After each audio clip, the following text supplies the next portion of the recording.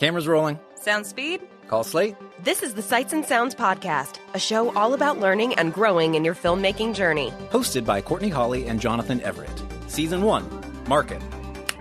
Action. Welcome, film friends, creatives, and curious people to the Sights and Sounds Podcast, a show built by filmmakers for filmmakers. I'm Jonathan Everett. And I'm Courtney Hawley. We'll take you behind the screens as we share our industry experience, Explore the art and business of filmmaking, and help other creatives learn, grow, and thrive. And along the way, we want to invite you to join us on our journey to making our first full independent feature film. Sound fun? Then let's talk about making movies.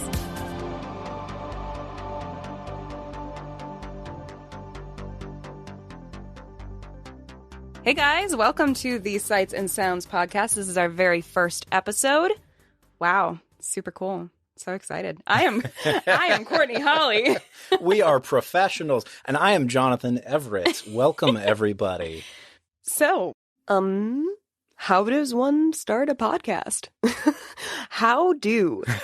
I kind of feel like we need like an icebreaker or something to start off each episode, kind of to warm it up. Yeah. So, there was like this thing one of my professors did at the beginning of class back in college. He'd come into class and start off with something like, okay, does anybody have any thoughts, feelings, or impressions? And we'd each just bring something to discuss that was relevant in our field. So yeah. I feel like that might be a good way to start off. Yeah? Do you have any thoughts, feelings, or impressions? I know obviously I've got some thoughts, but... Actually, I think I do. So they have made my absolute favorite play into a movie. Right. And I don't know if maybe you've seen it yet. Like, it is already out. The film itself is called Cyrano, but it's based off of the play Cyrano de Bergerac, which, okay, I have goosebumps talking about this because, like, I love this play so much. I have, like, 7 copies of this play. Yeah. 1 in French, actually. Oh, wow. But it's a beautiful, beautiful play, and it's very romanticized, and I love it. But Cyrano, for those of you who don't know, in the actual play, has a very large nose, and this is his. This is his like insecurity, and he's in love with his best friend Roxanne, and he's this beautiful poet, and he's this epic swordsman. But like because of his appearance. And his insecurity about his appearance, he has this mindset of, she could never love me, which is just like heartbreaking to begin with. Meanwhile, Roxanne is desperate to be swept off her feet by poetry and songs, and just, the play was originally written in the 1800s, so like take the whole, this is what romance truly is attitude with a grain of salt. But Cyrano ends up helping another man woo her by writing love letters for him to give to her and poetry for her. Right. Have you seen? No, this is Steve Martin did an adaptation of yes. this, and that's where Roxanne is. I never really realized that was from the play, an adaptation of the play. Yep, Cyrano until this very moment. So without giving away too much of like what happens in the actual story, because I don't want to give anything away for those of you who might hear this and like want to go see the movie or read the play. I am over the moon about the fact that they took and adapted this rather than giving Cyrano the iconic large nose. They chose Peter Dinklage with his dwarfism. Yeah. And that's the reason why Roxanne could never love him in his eyes. Right. I am just like so excited about this, and I love that they are bringing something that is, a more honest approach to the role. I mean, Peter actually said in an interview recently that he never actually gave the role much thought in the past because it was always an attractive actor in a fake nose, which honestly is a huge problem in our industry right now, more than ever. We aren't seeing real people being represented, whether it's a disability, race, or, just seeing representation of the underrepresented. And it's real and raw and more accessible and I think that's so cool. It's more accessible and it's more, I don't want to say believable, like it's not believable that you would be insecure about your big nose, but that gives it more grounding in reality. Plus, Peter Dinklage is just an outstanding actor. Peter Dinklage. Yeah. So like, I'm just so excited about this, and I love I love that they're actually making this their own. So many things these days are getting made into, if it's a Broadway musical, it's becoming a movie, and there's no difference. Which, don't get me wrong, those types of remakes have their place, but they're not taking it and making it into its own separate entity. They're just taking and putting something that's been on stage or putting something in a book and putting it right into film. And it's like, let's make it something that is its own add something entity. New. Yeah. Yes. Give it new life instead of just retreading previous territory. Yes. So that's my thoughts, feelings, and impressions today. Like, I think that is just the coolest thing ever. Yeah. And I'm so excited about it. I think it's very cool. I mean, anytime that we can get a more classic story retold in a new and fresh way. Not that I don't love the current film landscape. As a comic book nerd, I love the current landscape of Marvel movies and DC movies getting a resurgence. But, having that classic thrown in every now and then, I think is really good for the industry overall. Absolutely. So yeah, that's my thoughts, feelings, and impressions for today. Yeah. Well, I think it's a good warm-up, an introduction into our overall topic here, which is creativity and film. Right. Yeah. So maybe we should talk a little bit about why we're doing what we're doing. Yeah, why do you care, listener?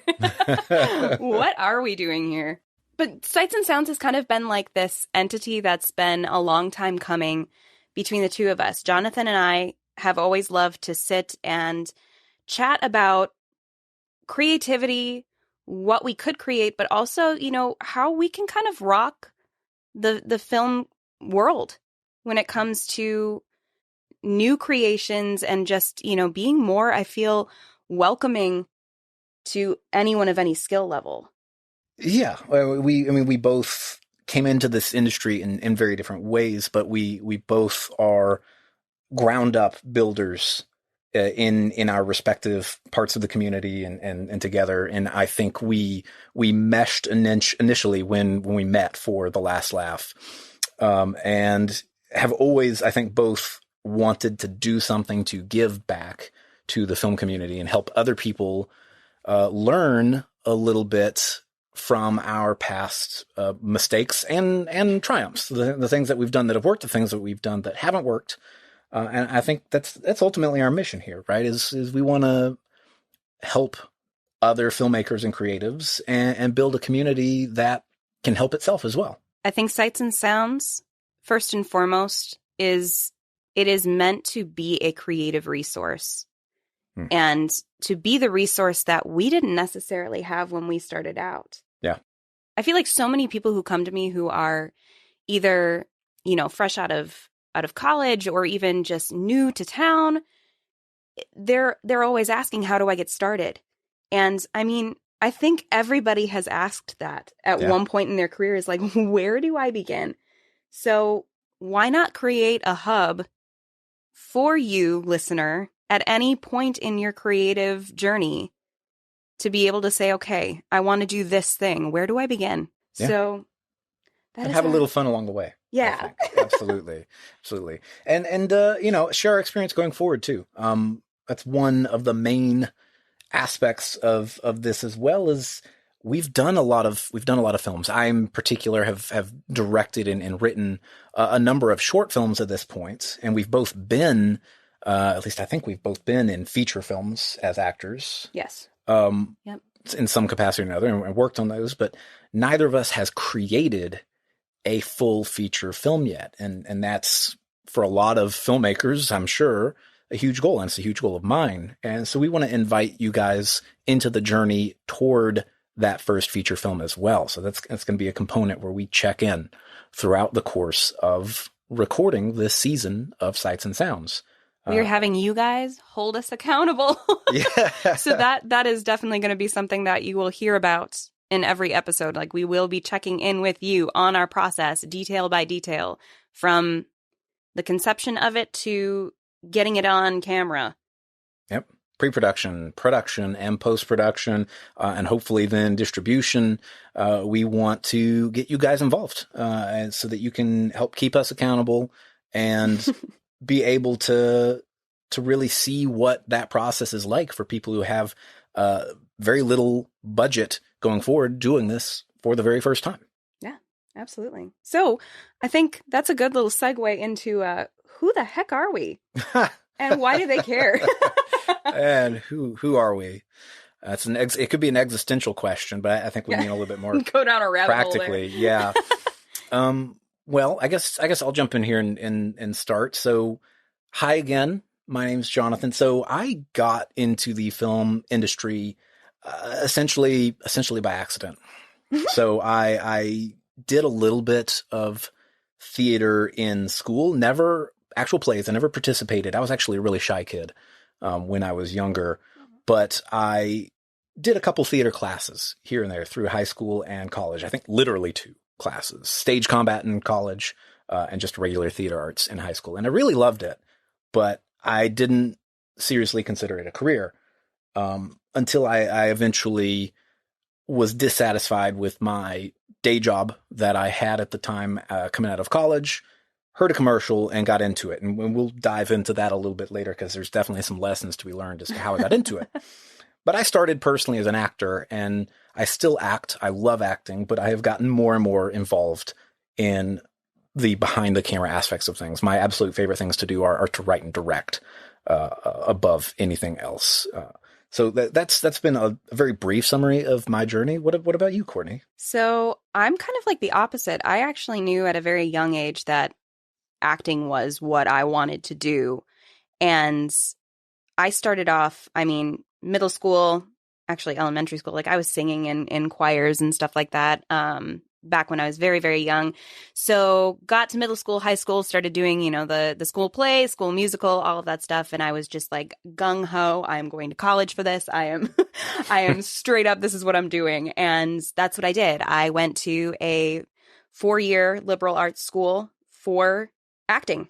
I hold a BFA in acting, and I had everything from stage combat to, acting for camera, acting for restoration comedies, you name it. Like I studied the art of acting. So I came into this as an actor and have since I do special effects makeup. So the blood, guts, and gore that you see on for a lot of story of arcs. my films. Yeah. I mean, literally the first time that we met was for The Last Laugh. We've mentioned that already. A Joker fan film that I did. It's definitely, as of this recording, the most expensive yes, hands down. and gorgeous film that we've made. But even then, right out the gate, I brought Courtney in as an actress to play Harley Quinn, but she did amazing effects makeup and just the character makeup for Joker and Harley Quinn. That's all so her. Fun. Thanks, Mr. J. We always fall into that, so don't be surprised if you hear that a whole bunch easy to do. But yeah, like special effects makeup has been something that is one of my favorite things because I like working with my hands. I like creating. And then down the line, I actually started working on voiceover. And for the last, 5 years now, I have been doing voice acting for commercials, for video game, animation, all of the fun voice acting stuff.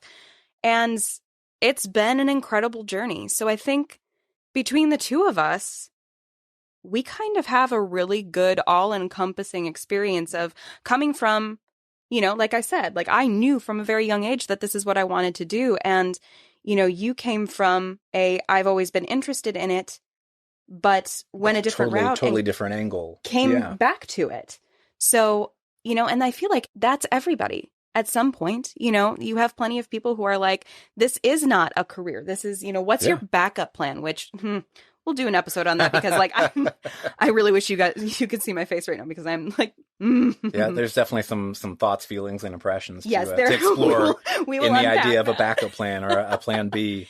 But it's creative. It can be, and there's no reason why you, dear listener, can't make this into your full time. Yes.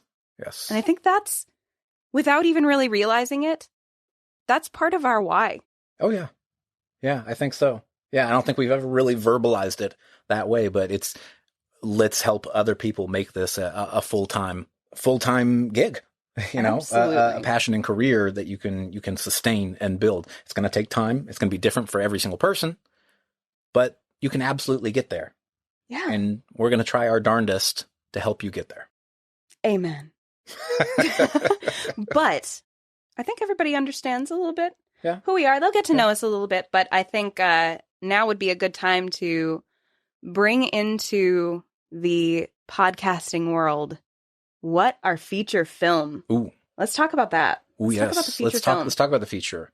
So, this disclaimer here. This is very early in the process of creating this feature, obviously. Now, that's not to say I haven't been toying with this idea for a long time, because I have. But if you go check out some of the short films that we've done, you'll know that I gravitate a lot towards horror and thrillers, and really I try to strive for personal stories too. Not all of my short films are that way, because short films do sometimes have a little bit of limitation on how deep you can go into character, obviously. And sometimes you just want to do a fun piece, but for the most part, horror and tragedy. I'm not concerned at all. And growing up, I'm derailing here for just a second, but growing up, that's another thing. I'm kind of the opposite of my past self. Growing up, I was a scaredy cat, absolute scaredy cat. Like, I was terrified of the dark. I was terrified of heights. I was always afraid somebody was going to break into our house. I mean, that's a legit fear. Yeah. Like, that's worthy of. Well, and as an adult, and my mom still questions. She's, Jonathan, what happened to you? How did you get to be this guy writing this depraved material? And a lot of it is facing fears and just changing as a person, looking forward to that, looking into your fears to figure out why they're there and help overcome them. All of that to say, our first feature, is almost certainly going to dive deep into horror and psychological thriller. I think that's what we've landed on so far, is that we want it to be within that realm. Yes. We have there is a working title. I'm going to call it a working title for now, and I think I'm going to hold off on saying what the title is. Oh, absolutely. Keep it a secret. They have to be introduction teased. Here. But you can expect definitely a very character-driven story when we get to this. We're in early stages of the script. Yes. Where are we at? Let's talk about where we are in pre-production. We are pretty early in pre-production. We have the first 15 to 20 pages, I can't remember the exact number, written of the script. We have a full outline minus just a couple moving plot points throughout it, but we have the basic outline all the way done. We have a little bit of the tone established. And one thing I really like to do is get that tone and mood board up front. So I have the pieces of a mood board not fully assembled yet, but we're drawing from a lot of my favorite films. If you watch any of the stuff I've done in the last couple of years, Hereditary left a huge impression on me. So we're definitely going to have some elements from that element of the latest horror conventions and styles. Yeah. But also a little bit of the James Wan style probably will sneak in there a little bit too. Totally. And I think for those listening who have never done a film at all, what you're hearing right now is the pre-production process of mapping things out. We're getting mood boards together. And if you've never done a mood board before, that's finding images, that's finding color schemes, that's finding other pieces of film that you want to draw from. So it's kind of, think of it as a collage of ideas. And these are all the inner workings, the little gears that go into prepping something to even get onto a page. Oh, yeah. You have to figure out where you're at. Like, what do you want to make? Okay, we know we want something in the realm of psychological thriller, something horror, something that's delving into, a character-driven. Is it an internal struggle? Is it a mental struggle? Is it both? All of these things go into creating a film before it even hits a page. So I think it's really cool that we're bringing you guys in on the very beginning stages of making this film. Absolutely. There's filmmaking, any type of creative work, but filmmaking in particular, and writing in particular is an iterative process. So a lot of the ideas that I have right now for this film, I'm sure several of them will change or drop as we go through the rest of this first draft. And then when we go back and we redo that draft, things will change again. And then we'll go into production.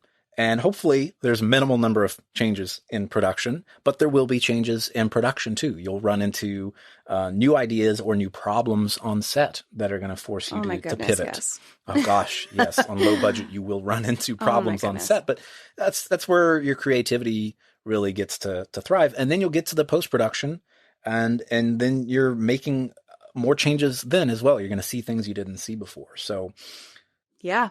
So with that, welcome to our journey. And thank you so much for coming along with us. We are so excited to be going on this adventure with all of you.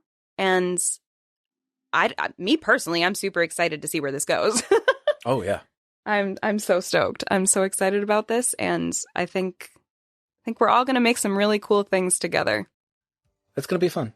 It's going to be fun. Lots of learning, even for us as we go through this. Yeah. So thank you very much for tuning in. This has been the Sights and Sounds podcast. How do we want to exit? Oh, you know what? I bet we could probably write an outro and then play that right now. Oh, let's do it. You guys ready? Here it comes. Here's the outro. Thanks for tuning into the Sights and Sounds podcast, your home and resource for all things creative.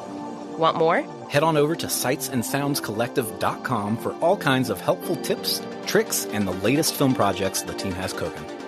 Till next time. Cut. That's a wrap.